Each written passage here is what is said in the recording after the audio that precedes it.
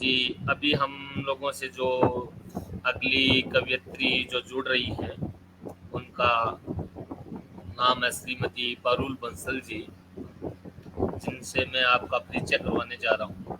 जी, पारुल जी वो को प्रणाम हमारा। कॉमर्स विशेष स्नातकोत्तर हैं और उनका जन्म स्थान है वृंदावन, जो मेरे प्यारे इष्ट देव भगवान कृष्ण की जन्म स्थली है।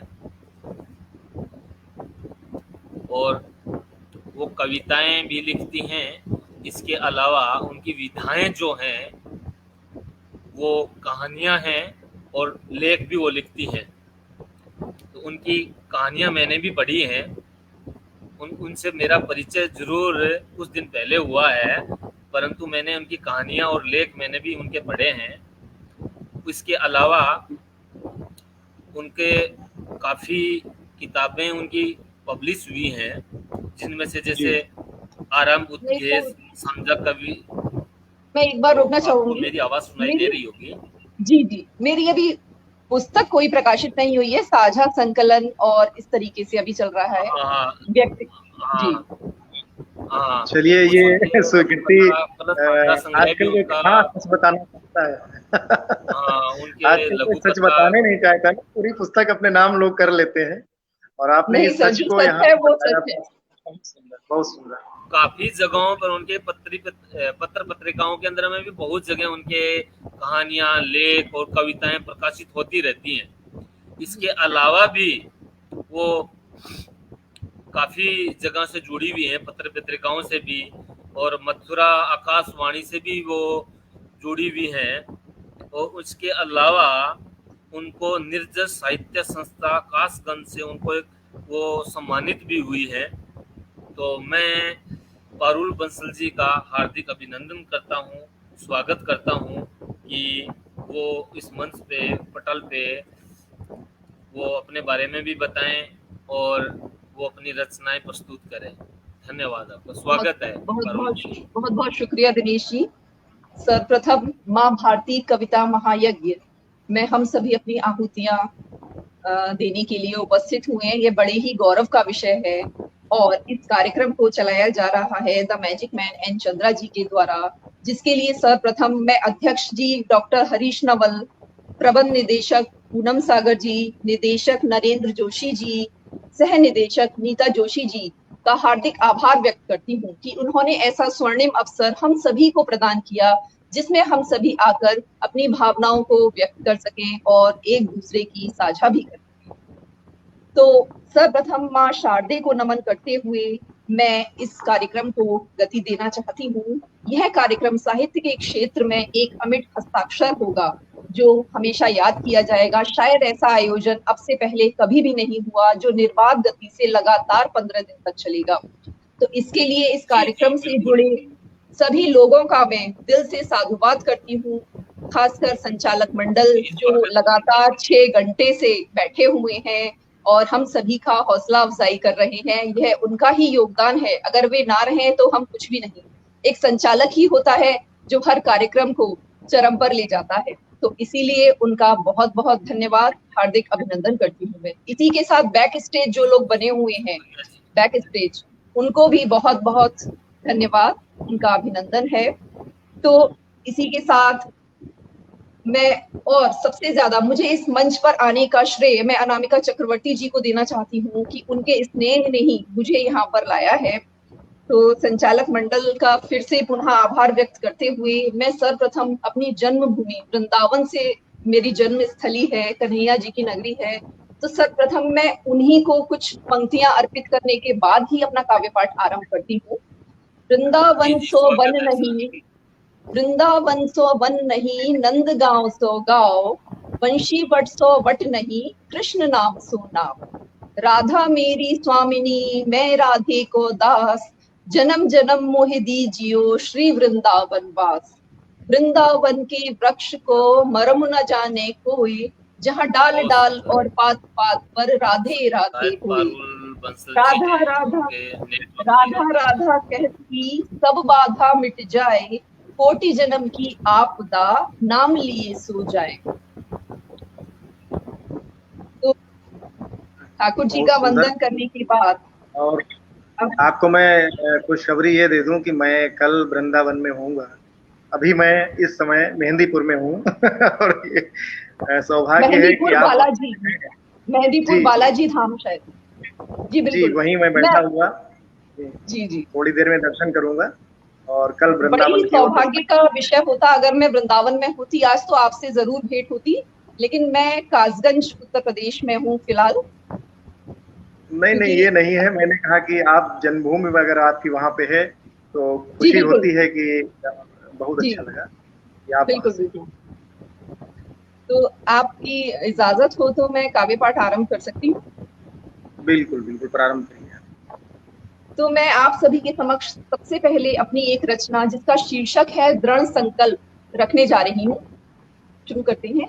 मुझे बनना है वेदों का हृदय, मुझे बनना है वेदों का हृदय, वो महामृत्युंजय मंत्र जो गुनगुनाया जाएगा मेरे मिट जाने के बाद भी, जो गुनगुनाया जाएगा मेरे मिट जाने के बाद भी। मुझे गढ़नी है प्रेम कविताएं आकाश रेखा पर, जिन्हें कोई पहनाएगा चुनरी प्रेम की मेरे मिट जाने के बाद भी, जिन्हें कोई पहनाएगा चुनरी प्रेम की मेरे मिट जाने के बाद भी। मुझे बांधनी है पट्टी पल्लू को चीर कर, आंखों में प्रेम का दर ढूंढते प्रेयस के घावों पर। मुझे बांधनी है पट्टी पल्लू को चीर कर, आंखों में प्रेम का दर ढूंढते प्रेयस के घावों पर, जो रहेगी औषधि युक्त मेरे मिट जाने के बाद भी। मुझे गुनगुनाने हैं रफी के गीत, सुनना है रविंद्र संगीत, जिसकी महक फिजा में रहेगी मेरे मिट जाने के बाद भी। नहीं किया जाएगा याद, नहीं किया जाएगा याद, तो वो होगा मेरा स्त्री होना, नहीं किया जाएगा याद तो वो होगा मेरा स्त्री होना। क्या बात है। एक और इसी भाव को संजोते हुए कुछ पंक्तियां और। मरने से पहले हैं जी, करने, स्वागत है। मरने से पहले हैं करने कुछ जरूरी इंतजामात, बोने हैं कुछ बीज प्रेम के डालकर खाद अपनत्व और प्रेम की। मरने से पहले करने हैं कुछ जरूरी इंतजामात, बोने हैं बीज कुछ प्रेम के डालकर खाद अपनत्व और प्रेम की। सींचना है आकांक्षाओं के जल से जहां प्रेम का भावी भ्रूण पोषित होगा। मेरी आवाज ठीक आ रही है सर? जी जी जी, आ रही है जी, आप सुनाइए। उसके प्रस्फुटन पर फीकी हो जाएंगी वो तमाम प्रेम कविताएं जिन्हें नहीं रोपा गया प्रेम से, जिन्हें नहीं रोपा गया प्रेम से। टीपने हैं मुझे वे छेद जो यदा कदा टपकाते हैं अविश्वास की धार उर के मरुस्थल पर। ठसाठस भरने हैं भंडार ग्रह के सारे कनस्तर अनुराग और प्रणय से भरे गीतों से, जो कभी नहीं रीतेंगे मेरे मिट जाने के बाद भी, मेरे मिट जाने के बाद भी। क्या बात है, बहुत सुंदर। जी बहुत बहुत शुक्रिया। श्रृंखला को आगे बढ़ाते हुए मेरी अगली रचना है। एक कविता को मैंने सजीव पात्र माना है, तो उस कविता के अपने क्या विचार होते हैं, कविता के स्वयं के क्या विचार होते हैं। आजकल आप देख रहे हैं हर कोई लिखना आरंभ कर देता है, चाहे कुशलता है या नहीं, तो एक कविता के मन पे बड़ा भारी आघात पहुंचता है। तो वो अपने जो जज्बात हैं वो एक कवि के साथ साझा कर रही है, तो उसी भाव को लेकर प्रस्तुत है। बोली कविता एक दिन अल्हड़ कवि से, बोली कविता एक दिन अल्हड़ कवि से, क्यों बोझिल करते हो अध्व के शब्दों से, क्यों बोझिल करते हो अध्व के शब्दों से। तुम्हारे अनुपयुक्त शब्दों का वाण सहेजना पड़ता है मुझे हर क्षण, जिस रूप में चाहे छोड़ देते हो मुझे, क्यों ढाते हो यूं जुल्म मुझ पे, क्यों ढाते हो यूं जुल्म मुझ पे। मैं नहीं सह पाती तुम्हारी बेढंगी शब्दावली, मैं नहीं सह पाती तुम्हारी बेढंगी शब्दावली। मुझे सजाना संवारना तुम भूल जाते हो, कभी अर्ध अल्प और पूर्ण विराम ना देते हो, कभी अर्ध अल्प और पूर्ण विराम ना देते हो। मेरी ओढ़नी को तो नजरअंदाज करते ही हो, मेरी ओढ़नी को तो नजरअंदाज करते ही हो, कभी अच्छा शीर्षक भी नहीं गढ़ते हो, कभी अच्छा शीर्षक भी नहीं गढ़ते हो। बिंदी के स्थान पर, ये आखिरी 4 पंक्तियां। बिंदी के स्थान पर प्रयोग चंद्र बिंदी का, बिंदी के स्थान पर प्रयोग चंद्र बिंदी का, नहीं है ज्ञान तुम्हें हलंक और विसर्ग का, नहीं है ज्ञान तुम्हें हलंत और विसर्ग का। जब सजा नहीं सकते मुझको तो क्यों रचते हो मुझको, जब सजा नहीं सकते मुझको तो क्यों रचते हो मुझको। क्यों मेरा नाम बदनाम करते हो और खुद को कवि का दर्जा चाहते हो। क्यों मेरा नाम बदनाम करते हो और खुद को कवि का दर्जा चाहते हो। तो ये थी एक कविता की भावनाएं।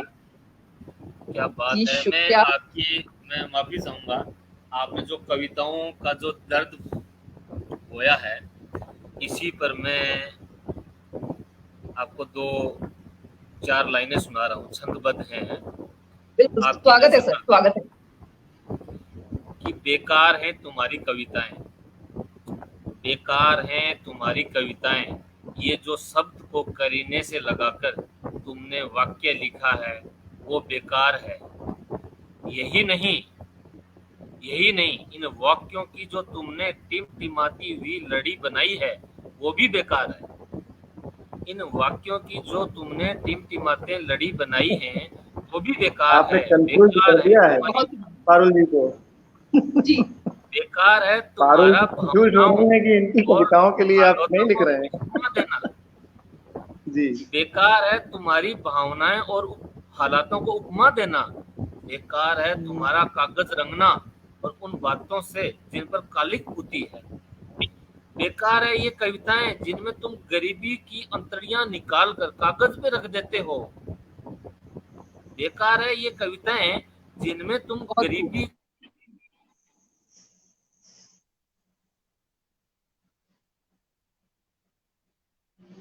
कुछ नेट की प्रॉब्लम आ रही है। जी जी गरीबों की अंतड़ियां निकालकर कागज पर रख वहा वही बटोर कर ले जाते हो। तुम उन नेताओं और पूंजीपतियों से जो एक मेली कचूली बदबूदार कंगाल मफुलिसी की कुटिया से शरीफ इसलिए झांकता है कि उसे वोटों और बंधुओं मजदूरों के सम्मान कि उसे बहुत सुंदर। वोटों और बंधुओं मजदूरों के सम्मान कुछ करीने से लगे वाक्य मिल जाएं।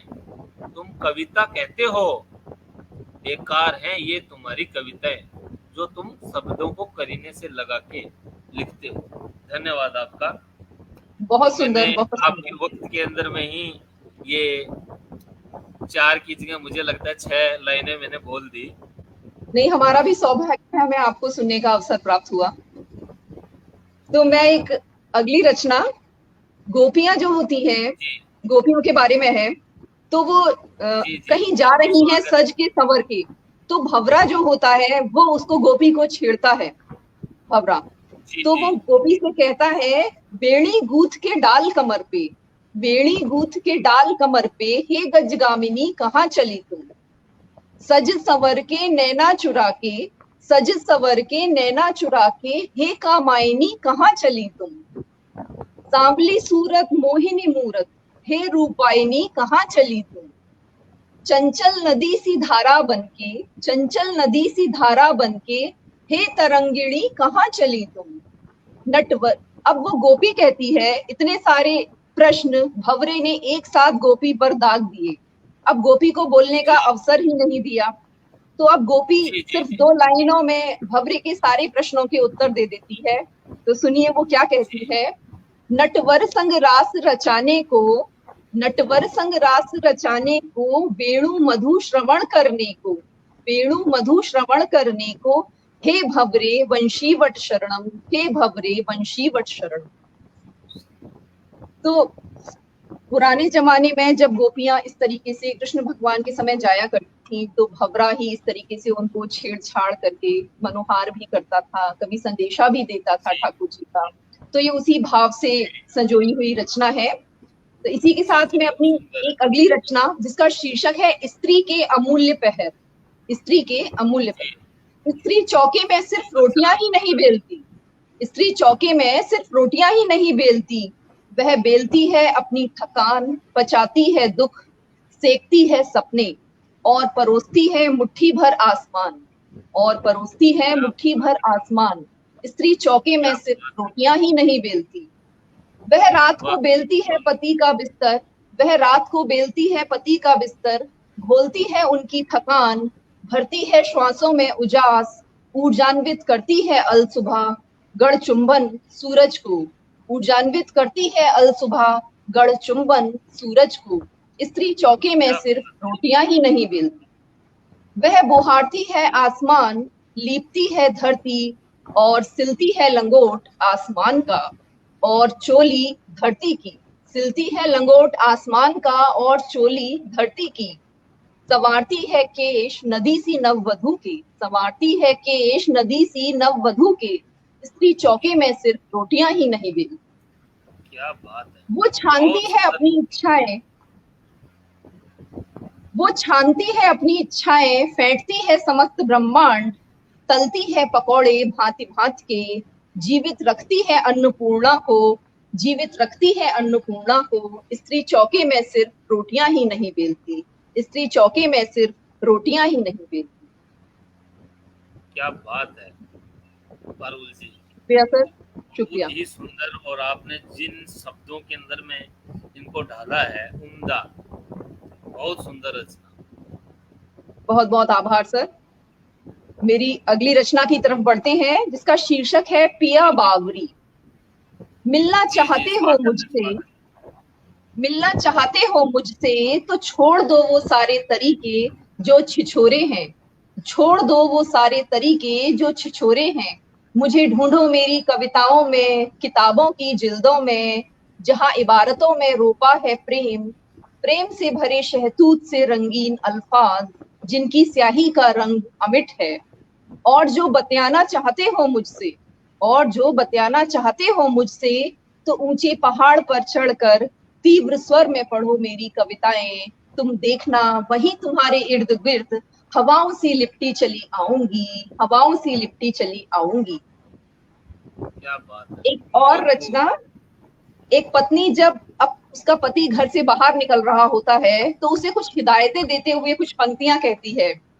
तुम मत आ जाना उस, तुम मत आ जाना उस कमल नयनी के सांकेतिक लटके झटकों में, तुम मत आ जाना उस कमल नयनी के सांकेतिक लटके झटकों में, जो ताकती है गलियारों के छज्जों और झरोखों से, जो ताकती है गलियारों के छज्जों और झरोखों से। अपने दांतों से निचले होठ को निपोड़ते हुए, अपने दांतों से निचले होठ को निपोड़ते हुए, तुम्हारी बाट जो होती खड़ी है, तुम्हारी बाट जो होती खड़ी है। अब वो अपने पति से कह रही है अपने लिए। जी जी जी। धूप, धूप सी घर की देहरी, घर की देहरी धूप सी उसे ना लांग सकने वाली स्त्री, तुम्हारी बाट जो होती खड़ी है, धूप सी घर की देहरी उसे ना लांग सकने वाली स्त्री। तो हम देखते हैं उसके पति उसकी दिए गए निर्देशों का कितना पालन करते हैं। शायद ये हर पत्नी ही अपने पति को कुछ ऐसा निर्देशित करती ही होंगी। बिल्कुल, अभिव्यक्ति तो यही होती है, हर मन की यही अभिव्यक्ति होती है कि कभी भी कोई पति कह ना पाए, लेकिन उनके मन में रहता ऐसा ही कुछ होगा। भय सा बैठा रहता है कि कहीं दूसरी लेकर ना आ जाए। बिल्कुल बिल्कुल, पर वो कोई बताशा नहीं है जिसे कोई घोल कर पी जाएगा। मैं कहना चाहूंगी आपका पति कोई बताशा नहीं है जिसे कोई घोल कर पी जाएगा। बिल्कुल सच है कि मन हमेशा मजबूत रहना चाहिए इंसान का, मन को मजबूत रखना है। जी बिल्कुल। दूसरे के प्रति विश्वास भी बहुत बड़ी बात है। वो कहता है कि मन के मते न चालिए, जी, मन के मते अनेक। बिल्कुल, मन के हारे हार है, मन के जीते जीत। जी जी बिल्कुल। तो आप अगर मन के मत से चलेंगे तो हमारी ना तो जिंदगी चलेगी और ना ही बाकी चीजें। बिल्कुल बिल्कुल। और जिसने मन को जीत लिया है, आप ये समझिए कि भगवान कृष्ण ने भी यही कहा है गीता के अंदर में कि जिसने मन को जीत लिया है, आप ये समझो कि उसने मुझे जीत लिया है। जैसा कि अभी मुझे गोविंद गुप्ता सर जी ने कहा कि वो वृंदावन का दर्शन करने जाएंगे, तो मैं उनके सामने कुछ ठाकुर जी की दर्शनों का कुछ दृश्य सा अपने शब्दों के माध्यम से प्रस्तुत करना चाहती हूँ। सजो है बंगला, बिल्कुल जैसे उनके मन में वो छवि अभी से तैयार हो जाए, कैसे होंगे ठाकुर के दर्शन, कैसे वो मुझे निहारेंगे और कैसे मैं उन्हें निहारूंगा। तो मैं रखती हूँ कुछ पंक्तियों के माध्यम से। मैंने भी रचना लिख रखी है और जी चूंकि आज अवसर आप लोगों का है तो संचालक को तो समय नहीं है कि वो सुना पके, आप सुनाइए, मैं उसको मन में बसाता हूँ। बिल्कुल। सजो है बंगला फूल को, सजो है बंगला फूल को, ये थोड़ा ब्रजभाषा का पुट है, इसमें बड़ी मीठी जी मीठी जी भाषा है। सजो जी। है बंगला फूल को गल वैजंती माल, टुकुर टुकुर निहारे सांवरो राधा रानी के गाल, टुकुर टुकुर निहारे सांवरो राधा रानी के गाल। आवत है देखत सभी सुंदर युगल सुजान, लेत बलैया नहीं थकत अखियां करे रसपान। क्या बात सांवरी है। सूरत मोहिनी मूरत, सांवरी सूरत मोहिनी मूरत बरबस जी ललचायो, श्री वृषभान की लाड़ लीकू कारी कमरी वारो भायो, श्री वृषभान की लाड़ लीकू कारी कमरी वारो भायो। तिरछी नजरिया टेढ़ी चाल, तिरछी नजरिया टेढ़ी चाल, कहाँ चले तुम नंद के लाल, धुन मुरली की करे है घायल, बाट जो होते सब ग्वाल बाल, बाट जो होते सब ग्वाल ग्वाल। दूध दही और माखन खायो, दूध दही और माखन खायो, माँ यशोदा को खूब सतायो, मुरली बजैया रास रचैया सब गोपिन के मन को भायो, मुरली बजैया रास रचैया सब गोपिन के मन को भायो। तो ये थे ठाकुर जी को अर्पित मेरी बहुत कुछ। सुंदर आपने तो। चलिए, गोविंद गुप्ता जी हैं, वो तो दर्शन करने के लिए जाएंगे। मैं जी आपको जी बिल्कुल। धन्यवाद करता हूँ कि आपने मुझे इतनी सुबह सुबह 5 बजे कान्हा के दर्शन करवा दिए अपनी रचना के माध्यम से। आपका बहुत बहुत बिल्कुल शुक्रिया। जी बिल्कुल, शुक्रिया सर। भावनात्मक रूप से यदि हम देखते हैं, अगर मूर्तियां तो सिर्फ हमारे सामने एक कहते हैं कि मूर्ति है तो मूर्ति है, लेकिन जब हम मूर्ति के भाव में खो जाते हैं तो दर्शन स्वयं होने लगते हैं, और वो दर्शन हम आंख बंद जी करके भी कर सकते हैं, क्योंकि हमारी जो जी, बिल्कुल। मन मस्तिष्क में जो मूर्ति बस जाती है, उसे किसी ढलने की कहीं भी आवश्यकता नहीं होती है, तो कल्पना में हमारी जी मूर्ति होती है, और उसी मूर्ति के कारण ही हम इतनी रचनाएं भी लिख पाते हैं ना। हमारी, चाहे हम किसी विषय पर लिखें, लेकिन हम किसी न किसी मूर्ति को अपने मन में बसाते हैं, तभी हम उस रचना को लिख पाते हैं, शब्द स्वतः ही आने लगते हैं। अगली रचना आप प्रस्तुत करिए, जी। आपका समय है, मैं मैं ज्यादा नहीं दूंगा बिल्कुल, अपने लिए। नहीं नहीं सर, शुक्रिया सर। जो एक लेखनी होती है वो भी जाने किन किन भावों से गुजरती है, उसे हर पल जाने क्या क्या देखना लिखना पड़ता है। तो एक लेखनी की जो अंतर मन की व्यथा है वो मैं व्यक्त करने जा रही हूँ। शब्दों का अकाल पड़ जाता, शब्दों का अकाल पड़ जाता, लेखनी को गति नहीं दे पाती, लेखनी को गति नहीं दे पाती। जब लिखती हूँ आक्रोश बलात्कार से पीड़ित युवती का, मेरी लेखनी की हृदय गति रुक जाती, मेरी लेखनी की हृदय गति रुक जाती। जब टटोलती हूँ मन एसिड अटैक से पीड़िता का, उसकी हृदयाग्नि से धधक जाती है लेखनी, लकवाग्रस्त हो जाते हैं शब्द। जब पूछती हूँ दर्द शहीद की जवान विधवा का, जब पूछती हूँ दर्द शहीद की जवान विधवा का, बेटा होते हुए जीवन यापन करती अकेली बूढ़ी माँ का। दर्द जब आता है उभर, जार जार रोती है लेखनी मेरी, जार जार रोती है लेखनी मेरी। उन अश्रुओं से चाहती है लेखनी सबकी किस्मत को धोना, काश ऐसा ही होता, काश ऐसा ही होता।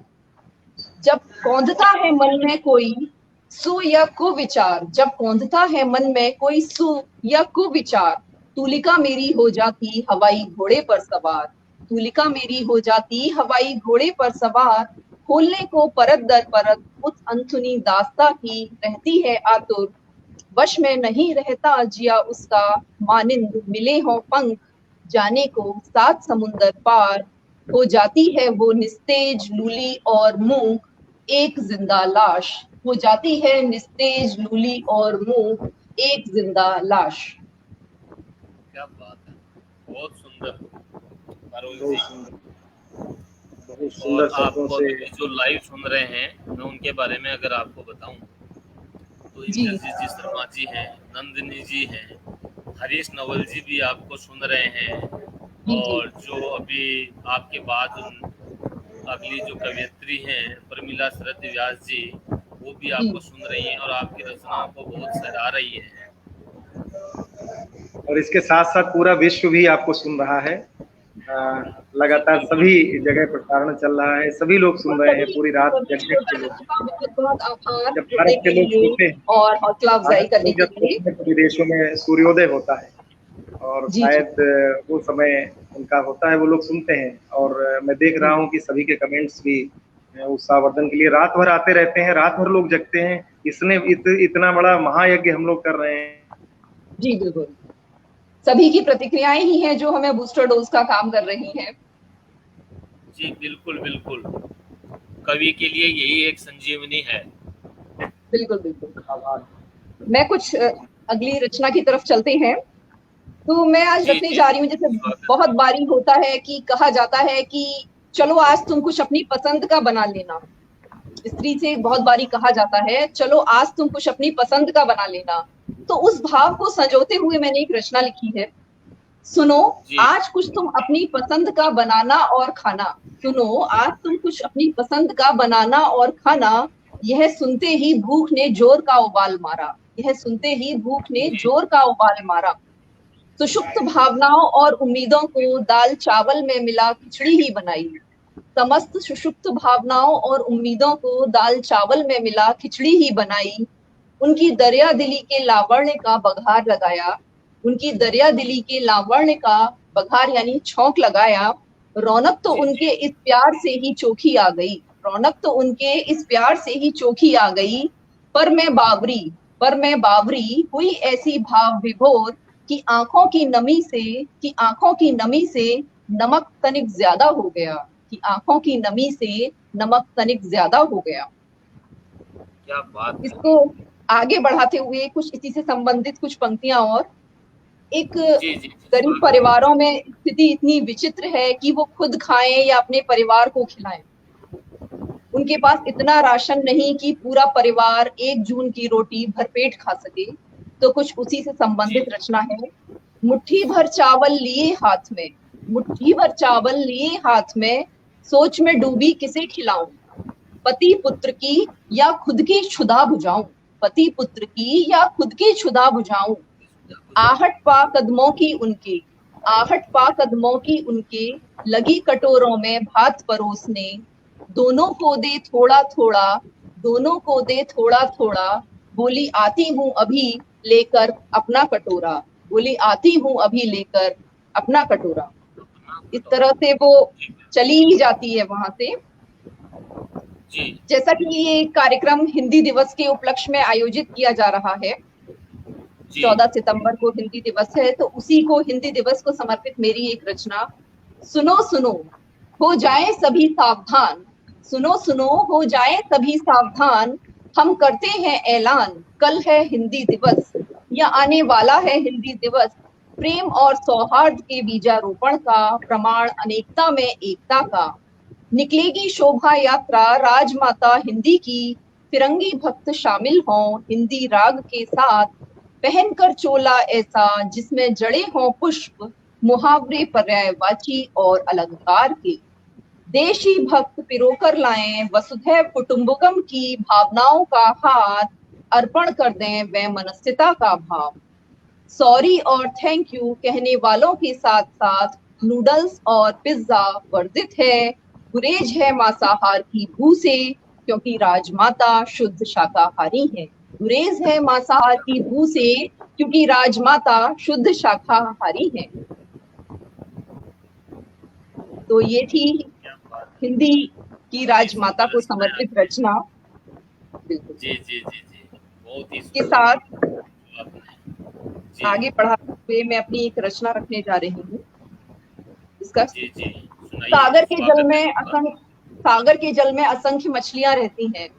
तो उनके दुख जी को लेकर उनके मन की क्या व्यथा है। सागर के इस खारे जल की गुनहगार। सागर के इस खारे जल की गुनहगार वो असंख्य मछलियां हैं। उनके क्रंदन ने समस्त नदियों के जल को खार युक्त कर दिया। हे मत्स्य हे मत्स्य तुम्हारे दुख का अंदाजा लगाना भी मुश्किल है। इतनी वेदना देने वाले को कभी कोसा नहीं। इतनी वेदना देने वाले को कभी कोसा नहीं। क्या अश्रुओं से आए उफान ने कभी उनके घर को डुबोया नहीं। क्यों तुमने अपने अश्रु शिव की जटाओं से नहीं बांधे। क्यों तुमने अपने अश्रु शिव की जटाओं से नहीं बांधे, उनके क्रोध में धधक कर उड़ जाते भाप बन। नहीं होता जल खारा पयोधी का, तुम्हें नहीं सहना पड़ता यह दंश बार बार, हाँ हर बार। तुम्हारे रुदन का कारण अज्ञात है, तुम्हारे रुदन का कारण अज्ञात है। मुमकिन है कोई गोताखोर ही इसकी खोज कर सके, मुमकिन है कोई गोताखोर ही इसकी खोज कर सके। जी तो ये थी मछली के क्रंदन से संबंधित जी, रचना। बहुत ही सुंदर आपने जो मछली के और समुद्र की जो व्याख्या की है, उन दोनों का दुख का वर्णन किया है, बहुत ही अच्छा, बहुत ही सुंदर रचना थी आपकी। जी बहुत बहुत शुक्रिया, सभी का बहुत बहुत आभार जो जुड़े हुए हैं इस कार्यक्रम से। सभी का मैं हार्दिक पुनः अभिनंदन भी करती हूँ। हम सभी की कुछ इच्छाएं होती हैं, उनमें कुछ हमारी नील इच्छाएं होती हैं जिनको मैंने व्यक्त किया है अपनी इस रचना के माध्यम से। मैं नीले जी रंग जी, की बिल्कुल स्याही आपने में डूबकर, मैं नीले रंग की स्याही में डूबकर नील वर्णा वन नीलोत्पला में मिल जाना चाहती हूँ, नील वर्णा वन जी नीलोत्पला में मिल जाना चाहती हूँ। शिव के कंठ में विराजमान हो उन सुषुप्त भावनाओं को विषैला बनाना चाहती हूँ। कृष्णा के श्याम वर्ण से मेल मिलाना चाहती हूँ। शिव की तीसरी आंख बनकर भीतर धधकते लावा से विचरण करते मानुष रूपी दैत्यों को जलाकर रुद्राभिषेक करना चाहती हूँ। क्षीर सागर में विश्राम करते श्री हरि की शेषनाग शैया तले रमण करना चाहती हूँ। मंटो की नायिका के, मंटो की सादत हसन मंटो जी के लिए मैं कह रही हूँ, नायिका के जिस्म जी से जी, उठती बू में, नायिका के जिस्म से उठती बू में नांगेली की कुर्बानी को विस्मृत नहीं करना चाहती। अल्लड़ फिरों को घर गांव से नहीं दुनिया से रुखसत कर अबला नहीं दो धारी तलवार बनना चाहती हूँ, दो धारी तलवार बनना चाहती हूँ। अगर उपर्युक्त ना हो सके तो स्वयं को प्रीत के रंग में बोर कर भव सागर से पार पाना चाहती हूँ। पर राह बड़ी कठिन है, पर राह बड़ी कठिन है। मैंने आंखों पर अब नीला चश्मा ही पहन लिया है, मैंने आंखों पर अब क्या नीला बात है, चश्मा ही पहन लिया है। नीला चश्मा पहन लिया है। तो ये थी इच्छाएं। तो कुछ हम आपकी लोग, उपमाएं जो जी जिस विषय में आप उपमाएं देती हैं गजब की हैं। बहुत बहुत शुक्रिया सर।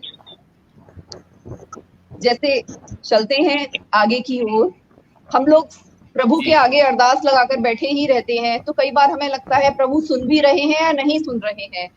तो मेरी रचना का शीर्षक ही यही है, ईश्वर सुन रहे हो ना। मैं तितली के परों जी पर कुछ ऋचाएं अंकित कर, मैं तितली के परों पर कुछ ऋचाएं अंकित कर नौनिहालों के लिए संकलित करना चाहती हूँ। जुगनुओं को पहरेदार नियुक्त कर चांदनी को संदूक में छिपा लेना चाहती हूँ, ताकि वो राह गुजरती लड़की तिमिर को चीर सके। ढलते दिवाकर की थकान अपने कंधों पर दुशाला समझ ओढ़ उसका हम साया बनना चाहती हूँ, ताकि बरकरार रहे उष्णता अगली उषा तक। चट्टानों के जी सीने से टपकते स्वेद को एक शीशी में संकलित कर रखूंगी, चट्टानों के सीने से टपकते स्वेद को एक शीशी में संकलित कर रखूंगी। जब नहीं रहेगा धरती पर जल का नामो निशा, तब बुझ सके पिपासा प्राण दरकते रोगी की। कुछ पुष्पों की रंगत में लेखनी को बोर कर लिखूंगी वो सुंदर तराने, ताकि मिल सके सुकून जब फिजा में हो मिलावट, जब फिजा में हो मिलावट। दिशा मंडल पर उगे उन तारों को पल्लू में टाकना चाहती हूँ। आखरों एवं शब्दों के बौनेपन को रेत कर संवादों की लंबी यात्रा पर जाना चाहती हूँ। पुस्तकों में समा क्या जाने बात है। वाली, पुस्तकों में समा जाने वाली तमाम इबारतों संग मीठी नींद की थपकियां चाहती हूँ। नहीं चाहती तो बस इतना कि इनके पूरा होने से पहले ईश्वर के पांव थक जाएं, नहीं चाहती तो बस इतना कि इनके पूरा होने से पहले ईश्वर के पांव थक जाएं। तो ये क्या थी बात है, जी, बहुत ही प्रभु के सामने आपने अरदास। सुंदर, जी जी बिल्कुल, आपने बहुत ही सुंदर रचना की प्रस्तुति दी है और जी अलग बहुत अलग बहुत विषयों के शुक्रिया। अंदर में। और आपने भगवान प्रसन्न, प्रेम और हमारे सामाजिक विषयों के अलग अलग जो आपने अलग अलग विषय चुने हैं वो भी अद्भुत जी रहे जी हैं। और आपकी उपमाएं गजब की रही है। और मुझे खेद है, मेरा मन तो आपको और भी सुनने का है, और हमारे जी जो श्रोता हैं जो हम लोगों से जुड़े हुए हैं वो भी जी यही चाहते हैं, परंतु आपको भी ये ज्ञात है कि जी, समय समय का की बंधन बाध्यता है, है। जी हाँ, बिल्कुल। बाध्यता है। और हमारे जो अगले कवि हैं, कवयित्री हैं, वो भी हम लोगों से जुड़ चुकी हैं। बिल्कुल, बिल्कुल। और मैं आपका पुनः आभार प्रकट करता हूँ, धन्यवाद प्रकट करता हूँ बहुत कि आपने बहुत इस बहुत मंच के शुक्रिया। लिए इतना अपना समय भी, कीमती समय भी निकाला, वो भी रात्रि का, इतने नहीं, सुबह सुबह का। ये हमारे लिए भी सौभाग्य का विषय है कि हमें इस मंच से जुड़ने का अवसर प्राप्त हुआ। मैं आप सभी का पुनः हार्दिक आभार और अभिनंदन करती हूँ कि जिन्होंने हमें यहाँ आमंत्रित किया। बहुत बहुत शुक्रिया।